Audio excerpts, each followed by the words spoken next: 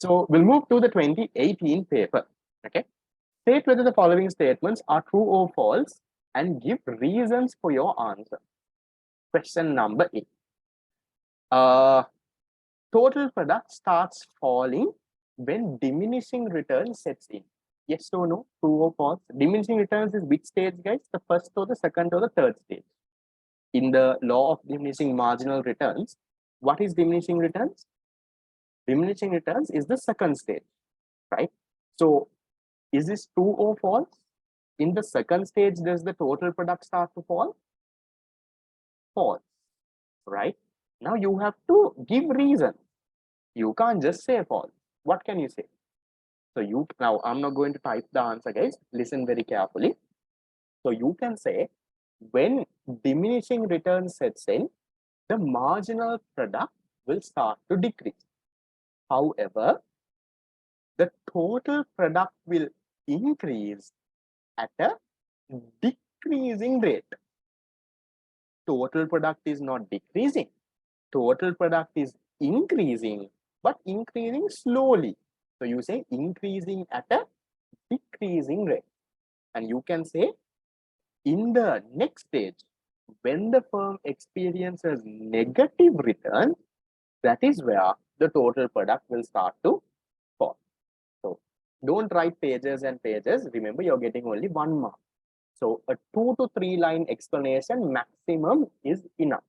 So what is your explanation? False. You need to say in this stage, marginal product is falling. However, the total product is increasing at a decreasing rate. If you say that, you should get your marks. Okay. Right. B. What is B? They're saying property taxes, building insurance payments, and amortization payments are fixed costs. Does not fall when it is set. Instead, it increases the diminishing rate. Yes, correct. Is that true or false? Property taxes, building insurance, and amortization. What are amortization payments? Amortization payments are your loan installment, right? So it has a capital component and an interest component. So are these fixed costs true or false? Property tax, this thing, it's true. What is the reason? The reason is these costs do not change with the level of output. Because installment is loan installment. If you have taken a loan, you have to pay a loan installment. So inside the installment, you have the interest and you have the capital component. So does that change with the level of output? No. If you are producing 0 units also, if you have taken a bank loan, you have to pay the loan installment of 50,000. If you are producing 100 units also, loan installment 50,000. Yeah. So what is the reason? Why are you saying that it's true? It's true because these costs does not change with the level of output. Even if the output is 0, the costs would remain the same. Right. Going to see. Diminishing returns and decreasing return to scale are different ways of saying the same thing. Are they different ways of saying the same thing? False? No. Right? So you need to explain. What can you explain, guys? You can say diminishing returns happens in the short run where the marginal product is decreasing. When you add more and more variable factors to a fixed factor, where the marginal product starts to fall, that is what you call diminishing return. But what is decreasing return to scale? Decreasing return to scale is where in the long run, when you increase your input, your output increases by a lesser percentage. You're increasing input, but output increases only a little. That's what you call decreasing returns to scale. So as long as you can explain that, count 2-3 lines, more than enough. Because, sorry guys, you're not getting 1 mark for this, you're getting 2 marks for this. So 1 mark for saying true or false, 1 mark for the explanation. Or maximum half a mark for true or false, 1.5 marks for the explanation. That's how they're going to give. Remember, in your paper, they don't give you quarter marks, right? It's either half or 1. So now 8 marks, 4 subsections. No? That means 2, 2, 2. So how can they break that to either half a mark for saying true or false, 1.5 marks for the explanation, or 1 mark, 1 mark. It's not going to be quarter mark and 1 mark and 3/4, nothing like that. There is no quarter marks in a A-level paper. Minimum is half. Okay, right. Next one. D. If marginal cost is above average variable cost, marginal cost must be falling. True or false? Remember the diagram, just think. There is marginal cost, there is average variable cost. If the marginal cost is above the average variable cost, marginal cost must be falling. No, right? False, right? So you can say, what can you say, guys? You can say, now this is the, remember the diagram, this is the marginal cost, this is the average variable cost. So they are saying when the marginal cost is above the average variable cost, marginal cost is falling. No, marginal cost is increasing. So you can give your reason and you can say, right, when the marginal cost is above the average variable cost, you can say the marginal cost is rising. That's more than enough. If you want to this thing, you just give your draw a small diagram and also know. That's perfectly fine. Can you all handle something like that? Say 8 marks. I think it's almost like 3 marks, guys. 2 marks each. You can get an answer. Okay. So last one again, guys. Right. So last one, you can say that it's false, and your reason is when the marginal cost is above the average variable cost, the marginal cost is rising. It's not falling. That's what you need to say. So, or else, if you want to go a little bit more advanced, and you can say this marginal cost is a reflection of the marginal product curve. So when this marginal product is falling, that means marginal cost is rising. You can, go a little bit more advanced, but not needed. Okay, moving to the next. Explain using 2 examples what is meant by barriers to entry to an industry. Okay. Yes, what is barriers to entry first? Start with your definition. What's barriers to entry? Barriers to entry is anything that what? That prevents, or you can say that obstructs the entry of new firms into a market. Okay, what is barriers to entry? Barriers to entry is anything that prevents or obstructs the entry of a new firm into a market. And then you can say barriers to entry can exist in various different forms. They're saying explain using 2 examples. So I'll give you one example, right? One example that you can give is, right? Can you give me some example? Can you give me a few barriers to entry? You can say, okay, we'll say high startup costs, right? High startup costs, right? So given that there are, guys, did you see recently there was this thing saying that A-level tuition, not A-level, I don't know, but tuition teachers have to get registered.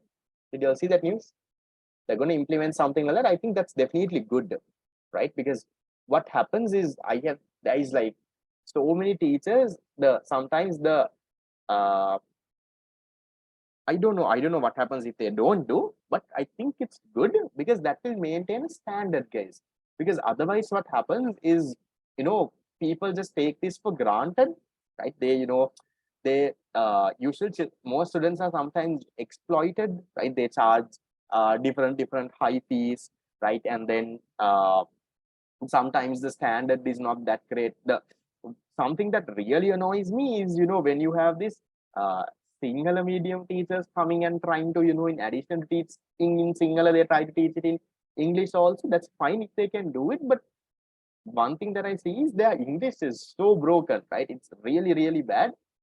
And when they keep on teaching that day and night to the student, what happens is the student also absorbs that English into their head. Again, then they also go and write answers with that same English, and I feel that's a very bad thing as a teacher to do, right? Because if you know that your English and everything is not up to standard, right? And if you're teaching Sinhala medium, focus on that. Why are you also trying to come and teach in English? And you get it, right? You're doing a noble profession. Why are you let's say, putting the wrong thing into the child's head, right? So no, that is also that I'm just talking about it. That will also become a barrier to entry, guys. If the government comes and puts something like a where teachers have to register or teachers have to, get a license or whatever something, right? That will also become a barrier to entry into the teaching industry. And the next thing is that will set up some standard, because I don't know what the government has in mind. Maybe they will say, if you want to teach A levels, right, you need to at least have a degree, right? Because sometimes you have people who have failed A levels and coming and trying to teach A levels. Doesn't work. Oh, at least they should say, okay, at least for A levels, you need to have an A for that subject if you want to teach that subject. You can't be failing that subject and coming and trying to teach that subject. Doesn't make sense. Okay. So maybe they will come up with different standards, and I think if they do, that's good. That will definitely set a this thing to this thing. They might charge taxes also, so I think that's okay, right? Because if tuition teachers are also people who are working, so I think it's their duty also to pay part of their income as taxes. If everyone else can pay, why can't the tuition teachers pay a tax? And not us guys. Now, English medium teachers are okay, right? There are people making more, but if you look at certain single medium classes, because single medium market is huge, guys. If you look at 100,000 commerce students in the country right now, only around 5,000 do it in English medium. So around another 2-3,000 do it in Tamil medium. So around 90,000 do it in singular medium. So that market is huge, right? So given that market is huge, there are teachers who have around 2,000, 3,000 students. So imagine you're having 2,000, 3,000 students, the amount of money that you will be earning. I think it's definitely fair to charge a tax. That's okay, right? Because everyone's earning and everyone's paying a tax. You can't just put the tuition teachers out of it. So they're also earning, let them also pay a tax. That's how the country can grow and the country can come up, right? You can't just say these people are teachers, no, so let them not pay tax if they can be earning millions and millions. I don't think there is anything wrong with charging a tax from them. Yeah. Okay. So high startup cost. How can you explain high startup cost? So you can say certain industries, for example, like let's say the airline industry, or you can say even the railway industry, or you can say generating electricity, right, will involve a high startup cost. So as a result, it will not be easy for any new firm to enter into the industry, right, which acts as a barrier to entry right now. For example, now why do you think there are so many tuition teachers now, guys? Now, remember when I was doing A levels. This I'll tell you, the local English medium economics market was more like an oligopoly. You had around 5-6 teachers. You had to choose between them. Why do you think now you have so many teachers? Because the barrier to entry has gone down, right? Because now you have online classes. And also, I think if it was a physical setting, I don't think I would have also gone and done, because I'm also working now. These days, I'm getting a lot of calls from different institutes to start physical classes for the 2025 batch. But I nicely, without hurting them, I declined. But if it was only physical, right, I either had to choose between doing my normal job and doing classes. But now, because of all of this, right, the barriers to entry are down. So even if someone just after A levels, you all also can gather a few students, do a small online class, right? That makes it easy. That's why you have so many people in the tuition class industry now. Should online teachers also register? I think they will have to, as long as they're teaching. Okay, that is number one. What else, guys? You can talk about natural monopolies. What are natural monopolies? Natural monopolies are where if there is one firm that is so large and they are experiencing economies of scale. So their cost is very low. So a new firm can't even come and compete with that. That's another barrier. Then one firm having the ownership of the resources. Maybe example you can give something like this mines, right? Sometimes when you take mining and all, the ownership of the resources are given only to one firm. Now, have you all watched this in Tamil movies and all? Have you all seen, right? These how they fight to get the government ownership of these mining stuff and all, because everyone can't go, right? You will only have one firm who will bid and who will get the access to that. So when only that firm owns the mines, only they can, extract and all of it. Another firm can't go and, do the same. So that can be this. You can also talk about government regulation. Because sometimes the government itself won't let you to come in. Now, government will say, no, we don't need another firm. Now, for example, let's say the Sri Lanka Water Board. Do you want another firm to come and supply water? No. Water Board itself is doing already a good job. They're supplying water. When you open the tap, you have water. What else do you want? So another firm coming and trying to supply water is just creating unwanted duplication. No. So therefore, government puts a regulation and saying, no, you can't start a water company anymore. There is already one. That's okay. And then there can be these things, guys. These legal things like legal barriers, like for example, patents, right? If someone has a patent, you can't go and copy the same thing. So you can give in certain examples like this, and you can explain. Start off with talking what is barriers to entry, and then give in certain examples and explain. Is that okay? Manageable? 2018. Fine. We'll move to the next one. What is the connection between the supply curve and the marginal cost curve of a perfectly competitive firm? Guys, can you all give me which year did we talk about this? Remember? The marginal cost curve above the minimum average variable cost curve is the supply curve of the firm. Yes, you can talk about natural and artificial, but you need to give example. Yes, can you all give me a year, guys, that we talked about the supply curve and the marginal cost curve? 2013.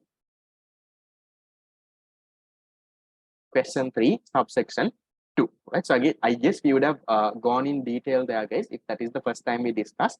So go back and watch it. It's the same question repeated again and again and again. Moving to the next one. Distinguish between economic rent and transfer earnings. Again, a very easy one coming directly from your tute, guys. So what is economic rent? What is transfer earnings? This comes from the factor market. Okay. So in the factor market, right, what is the factor market? For example, let's say the labor market. You have the demand for labor, you have the supply of labor. Based on the demand and supply of labor, you have the equilibrium wage and you have the quantity of labor exchange. So in this case, this triangle over here is called transfer earnings. What is that? Transfer earnings is the minimum that a factor would expect in order to continue in that particular activity. For example, let's say for me, if I want to work 1 hour, let's say supply 1 hour of my labor for classes, I will expect, let's say, 1,000 rupees. If I want to work 2 hours, I would expect, let's say, 2,000 rupees, right?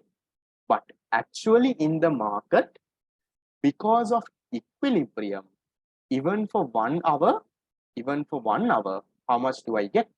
Even for 1 hour, let's say I get 5,000 rupees, let's assume.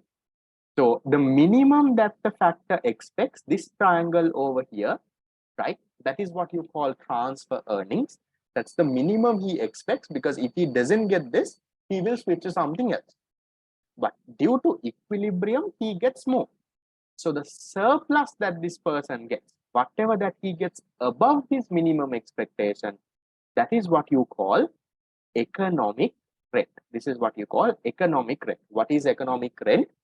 Whatever that the factor of production earns in addition to the minimum that he expects. The minimum he expects is transfer earnings. Whatever he earns in addition to that minimum, that's called economic rent. This is directly there in your whatever note that you're studying. For my theory for revision class people, this is the last thing that is there in the unit. Okay, before the unit ends, probably the last page of the note should have transfer earnings and economic rent. Is that okay? Fine. Okay. It's a pure theory area, guys. There's nothing big to explain, and given that this is not a theory class, I'm not going into theory areas. Okay. Right. So that is question number 3 of the 2018 A-level paper. Is that okay, manageable? Check. Yes. 2 marks defining what is economic rent, 2 marks defining transfer earnings is enough. If you want, you can draw a small diagram also and show. That's okay. I don't think they'll give you marks or diagram, but it makes the examiner know that you know it. Right? Okay. That is the 2018 paper.